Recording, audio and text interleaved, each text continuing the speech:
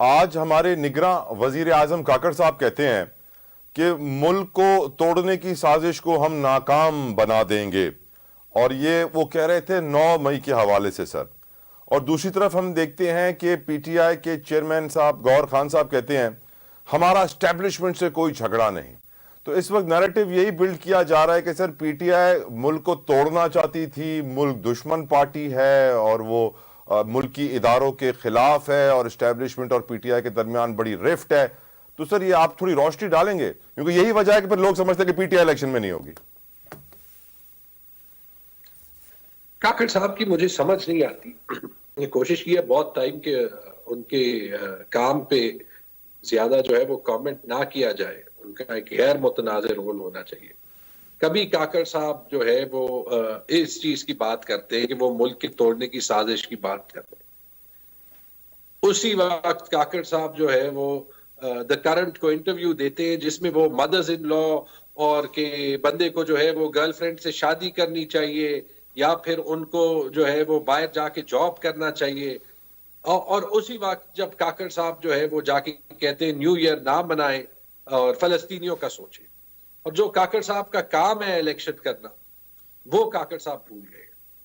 माजरत के साथ काकड़ साहब ने आज दो बातें की, एक ये जो आपने कही और एक उन्होंने बिलिटल किया जो बलूचिस्तान में एनफोर्स डिसअपीयरेंसेस हो रही है।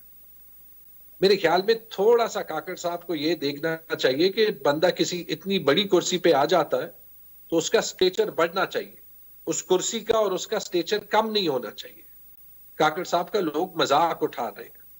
ये जिस जिस पे मुल्क तोड़ने का इल्जाम लगाया है ना, ये तारीख में जिस जिस पे लगा है, कभी एक बार भी सच नहीं साबित हुआ, एक बार भी सच नहीं साबित हुआ। सारे कंस्पिरेसी केसेस देख लें जिस जिस पे ये बगावत का और एंटी स्टेट के केसेस लगे थे, एक एक Hyderabad conspiracy case, Agartala conspiracy case, वो Rawalpindi conspiracy case, hijacking case, सब रिवर्स हो गए। 10 साल बाद कौन याद रखेगा कि काकड़ साहब ने क्या कहा था? और फिर मुझे ये बता दें, ये जो 70% अवाम खड़ी है, अभी मियां वाली का सर्वे हुआ था, सर्वेज आपके चैनल्स पे सर सर्वेज की बात ना करें सर तो अच्छा होगा सर। इसी हमें सर पाबंदी हो गई हमारे लिए सर सर्वे का। आज पैमरा ने नोटिफिकेशन जारी कर दिया कि किसी चैनल पे कोई सर्वे की बात ना कीजिएगा, मुश्किल हो जाएगी।